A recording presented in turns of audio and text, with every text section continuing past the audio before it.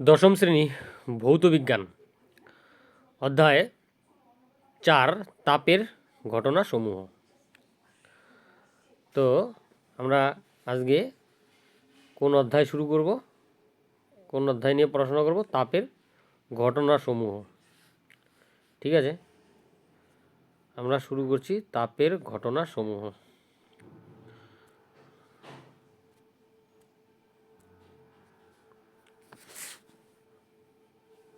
দশম শ্রেণী ভৌত বিজ্ঞান অধ্যায় হচ্ছে চতুর্থ অধ্যায় তাপের ঘটনা সমূহ। তো তাহলে তাপীয় প্রসারণ কাকে বলে?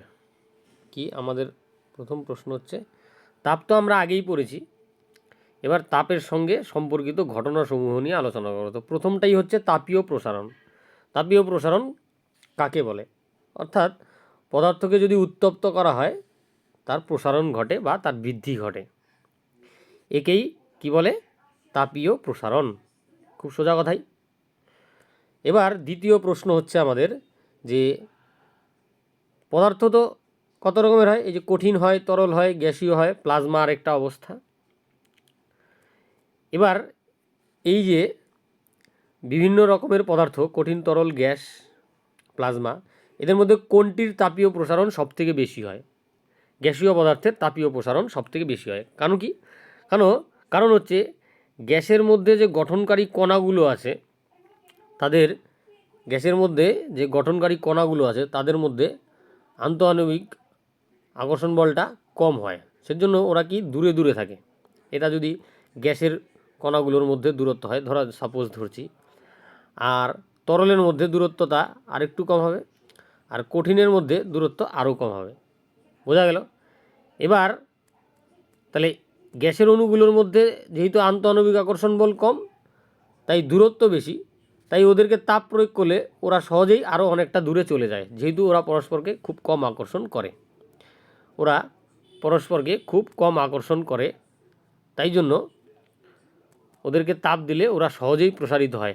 আবার যদি চাপ প্রয়োগ করা হয় বা তাপ কমিয়ে নেওয়া হয়, তাহলে যেহেতু ওদের মধ্যে গ্যাপ অনেকটাই বেশি, তাই ওরা অনেকটা সংকুচিতও হয়। তো যাই হোক, এবার আমার তাহলে প্রশ্ন কী ছিল? আমার প্রশ্ন ছিল যে কঠিন, তরল এবং গ্যাস ও প্লাজমা, এদের মধ্যে কোনটির তাপীয় প্রসারণ সবথেকে বেশি? তাহলে আমাদের কি হবে উত্তরটা হচ্ছে গ্যাস। এবার পরের প্রশ্ন,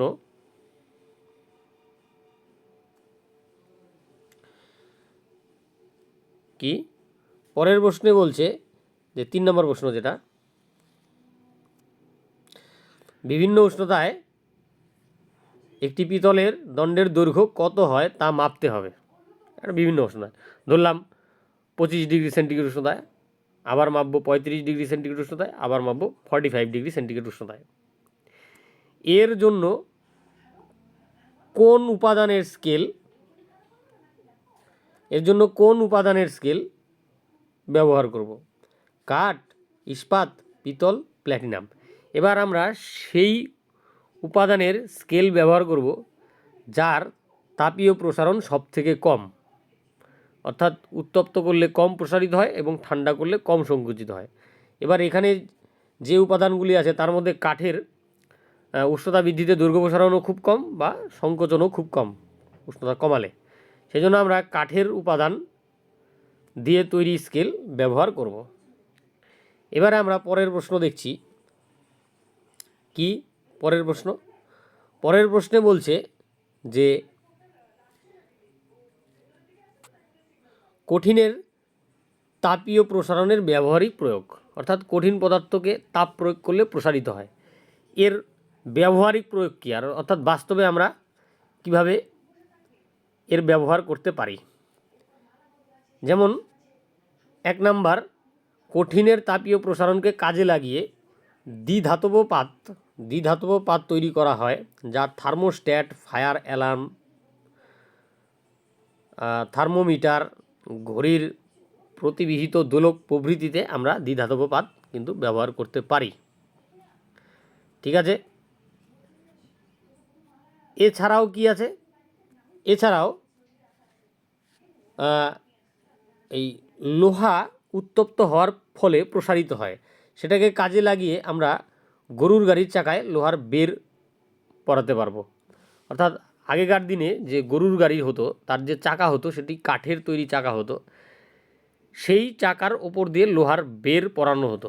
তাহলে কি হয়, চাকার টেকসই অনেক বেশি হতো, অনেক দিন ধরে চাকা ভালো থাকতো বা সুরক্ষিত থাকতো। গেল।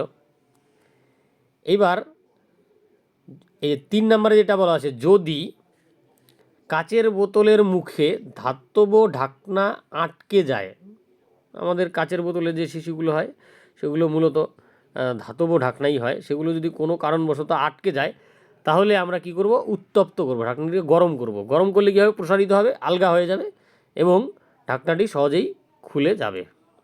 ঠিক আছে। এইবারে আমরা দেখব আরেকটা বিষয়, সেটা হচ্ছে দ্বিধাতব পাত কি। কি প্রশ্নটা হচ্ছে, দ্বিধাতব পাত কি? দ্বিধাতব পাত হলো দুটি ভিন্ন ধাতু দিয়ে তৈরি সমান মাপের, ঠিক আছে, এই যে আমি একটা হাতে আঁকছি মোটামুটি, এই যে সমান মাপের, দুটি ভিন্ন ধাতু দিয়ে তৈরি সমান মাপের, অর্থাৎ একই দৈর্ঘ্য এবং একই প্রস্থ ও বেধযুক্ত দণ্ড বা পাতকে। ঠিক আছে। তো এরকম হতে পারে, একটা এই কালার দিলাম, আরেকটা একটু এইটা দিয়ে দেখাচ্ছি। এই যে তাহলে কি হলো, এই যে দুটি ভিন্ন ধাতু দিয়ে তৈরি, একটি অরেঞ্জ কালার দিয়ে দেখানো আছে আর আরেকটা স্কাই কালার দিয়ে দেখানো আছে। একই প্রস্থ, একই দৈর্ঘ্য ও বেধযুক্ত দণ্ড বা পাতকে একটির উপর আরেকটিকে রেখে সাধারণ উষ্ণতায় রিভেট করা হয়। রিভেট বলতে এই দিক আর এই দিক এরকম করে আটকে দেওয়া হয়। ঠিক আছে। রিভেট করে আটকানো হলে সেই ধাতব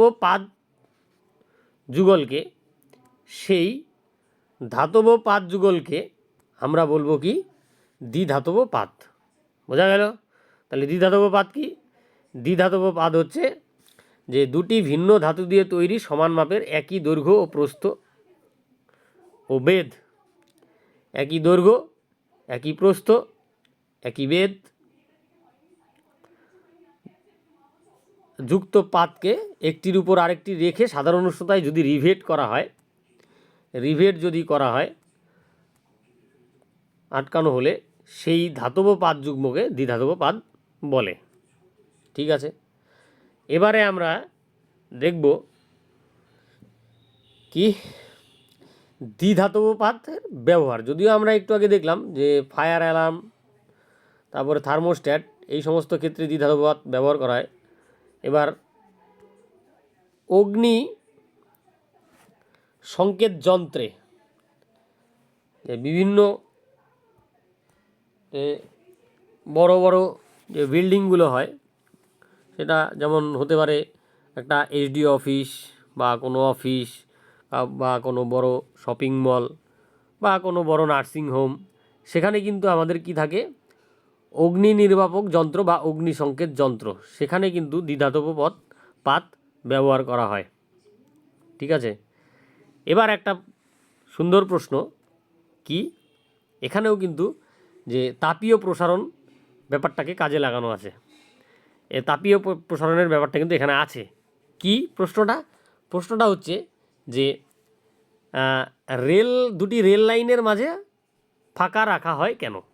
কি দুটি রেল লাইনের মাঝে ফাঁকা রাখা হয় কেন? এবার রেল লাইন পাতার সময় দুটি রেলের মাঝে কিছুটা ফাঁক রাখা হয়, এই যে কিছুটা ফাঁক রাখা হয়, এবং রেল দুটিকে ফিস প্লেটের সাহায্যে যুক্ত করা হয়। যেমন আমরা ধরছি এরকম ব্যাপারটা, এই একটা রেল লাইন, এই একটা রেল লাইন, ঠিক আছে, এই একটা রেল লাইন, একটুখানি গ্যাপ, এই যে এইখানটায় গ্যাপ আছে। এবার এটাকে আবার এরকম ফিস প্লেট দিয়ে যুক্ত করা হয়, এখানে একটা নাট থাকে, এখানে একটা নাট থাকে। এইবার রাখার কারণ হচ্ছে যখন রেল এই লাইনগুলোর উপর দিয়ে যাবে তখন আয়তন বা দৈর্ঘ্য এর প্রসারিত হবে, কঠিনের প্রসারণ হবে, তখন কিন্তু এগুলো পরস্পরের দিকে এগিয়ে আসবে। এগিয়ে আসলে কী হবে, এই ফাঁকা স্থানটা পূর্ণ হয়ে যাবে। কিন্তু যদি গ্যাপ না রাখা হতো তাহলে এরকম করে একটা আর একটার উপরে লাইনটা উঠে যেত এবং রেল লাইন বেঁকে গিয়ে দুর্ঘটনা ঘটার সম্ভাবনা থাকতো। সেই জন্য দুটি রেল লাইনের মাঝে ফাঁকা বা ফাঁক রাখা হয়। ঠিক আছে, এইবারে আমরা চলে যাচ্ছি এই যে গরুর গাড়ির চাকায় কি প্রশ্ন বলছে, গরুর গাড়ির চাকায় লোহার বের পরানো হয় কিভাবে। এখানেও কিন্তু তাপীয় প্রসারণকে কাজে লাগানো হয়। কিভাবে, একটা গরুর গাড়ির চাকা, এই হচ্ছে একটা গরুর গাড়ির চাকা, এরকম আছে। এবার এর উপরে আমরা লোহার বের পরাবো। এবার লোহার বের যখন পরাবো, একটু অন্যভাবে দেখাই। এই হচ্ছে একটা গরুর গাড়ির চাকা তৈরি করি, এই যে এই যে এই যে গরুর গাড়ির চাকা তৈরি হচ্ছে। এবার এর উপরে একটা বের পরাবো, এরকম করে বের পরাবো। এবার অ্যাকচুয়ালি এই গ্যাপটা থাকবে না, এই গ্যাপটা বন্ধ রাখবো, এই গ্যাপটা থাকা তো চলবে না। এবার আমরা কিভাবে সেটা পরাবো, গরুর গাড়ির চাকার উপরে লোহার বেডটা কিভাবে পরাবো। লোহার বেডটা পরানোর জন্য প্রথমে চাকার যে মাপ আছে তার থেকে কম ব্যাসার্ধের বৃত্ত তৈরি করে, একটু কম ব্যাসার্ধের বৃত্ত তৈরি, ওই সাইজের বা ওই আকারের একটি আমার কি তৈরি করতে হবে, একটা লোহার বেড তৈরি করতে হবে। তারপর সেটাকে উত্তপ্ত করে চাকার উপরে পরিয়ে দেওয়া হবে। তারপর উত্তপ্ত করে চাকার উপরে পরিয়ে দেওয়া হবে, এরকম করে পরিয়ে দেওয়া হবে। তারপর যখন ঠান্ডা হবে তখন এর উপরে কিন্তু চেপে বসবে। ঠিক আছে, চেপে বসবে, তাহলে একদম ওই কাঠের চাকার উপরে একদম আটকে থাকবে, শক্তপোক্তভাবে আটকে থাকবে। এইভাবে কিন্তু লোহার তাপীয় প্রসারণকে কাজে লাগিয়ে গরুর গাড়ির চাকার উপরে লোহার বের পরানো হয়। এবার আমরা চলে আসছি যে এখন আমরা কঠিন পদার্থের তাপীয় প্রসারণ নিয়ে আলোচনা করব। তাই কঠিন পদার্থের কত প্রকারের তাপীয় প্রসারণ ঘটে? 3 প্রকারের, রৈখিক বা দৈর্ঘ্য প্রসারণ, ক্ষেত্র প্রসারণ আর হচ্ছে আয়তন প্রসারণ। 3 রকমের প্রসারণ হয়। তাহলে আরেকটা প্রশ্ন, সেটা হচ্ছে যে কঠিন পদার্থের কত প্রকার তাপীয় প্রসারণ গুণাঙ্ক আছে। আমরা একটু পরে দেখব যে তাপীয় বিভিন্ন প্রকার প্রসারণ গুণাঙ্কের, কঠিন পদার্থের যে বিভিন্ন প্রকারের তাপীয় প্রসারণ গুণাঙ্ক আছে সেগুলো কি, সেটা একটু পরেই আমরা দেখছি। প্রথমে হচ্ছে 3 প্রকারের তাপীয় প্রসারণ গুণাঙ্ক আছে। যেমন প্রসারণ যত প্রকারের, প্রসারণ গুণাঙ্কও তত প্রকারের। এবং কঠিনের 3 প্রকারের প্রসারণ আছে, রৈখিক প্রসারণ, ক্ষেত্র প্রসারণ এবং আয়তন প্রসারণ। সেই জন্য কঠিনের কিন্তু 3 প্রকারের প্রসারণ গুণাঙ্ক আছে, রৈখিক প্রসারণ গুণাঙ্ক, ক্ষেত্র প্রসারণ গুণাঙ্ক এবং আয়তন প্রসারণ গুণাঙ্ক। এইবারে আমরা দেখব যে দৈর্ঘ্য প্রসারণ গুণাঙ্ক কাকে বলে। কি বললাম, এখন আমরা দেখব যে দৈর্ঘ্য প্রসারণ গুণাঙ্ক কাকে বলে। প্রতি 1 ডিগ্রি উষ্ণতা বৃদ্ধির জন্য কোনো কঠিন পদার্থের প্রতি একক দৈর্ঘ্যে যে দৈর্ঘ্য প্রসারণ হয় তাকে দৈর্ঘ্য প্রসারণ গুণাঙ্ক বলে। প্রতি 1 ডিগ্রি উষ্ণতা বৃদ্ধির জন্য কোনো কঠিন পদার্থের প্রতি একক দৈর্ঘ্যে যে দৈর্ঘ্য প্রসারণ হয় তাকে ওই পদার্থের দৈর্ঘ্য প্রসারণ গুণাঙ্ক বলে। দৈর্ঘ্য প্রসারণ গুণাঙ্ককে ইংরেজি আলফা অক্ষর দিয়ে প্রকাশ করা হয়, ইংরেজি আলফা অক্ষর দিয়ে প্রকাশ করা হয়। ঠিক আছে, এবার একটা প্রশ্ন বলছে যে তামার দৈর্ঘ্য প্রসারণ গুণাঙ্ক 17 × 10⁻⁶ ডিগ্রি সি ইনভার্স বলতে কী বোঝায়? যে 1 সেন্টিমিটার একটি তামার দণ্ডের উষ্ণতা যদি 1 ডিগ্রি সেন্টিগ্রেড বৃদ্ধি করা হয় তাহলে তামার তারের দৈর্ঘ্য বৃদ্ধি পাবে 17 × 10⁻⁶ সেন্টিমিটার। আবার যদি এসআই এককে বলি, তাহলে 1 মিটার তামার 1 মিটার দীর্ঘ তামার দণ্ডের উষ্ণতা 1 ডিগ্রি সেন্টিগ্রেড বৃদ্ধি বা হ্রাস করা হলে দৈর্ঘ্য প্রসারণ বা সংকোচনের পরিমাণ হবে 17 × 10⁻⁶ মিটার। তাহলে 1 মিটার বললে 17 × 10⁻⁶ মিটার বলবো, আর যদি সেন্টিমিটার বলি তাহলে 17 × 10⁻⁶ সেন্টিমিটার বলবো।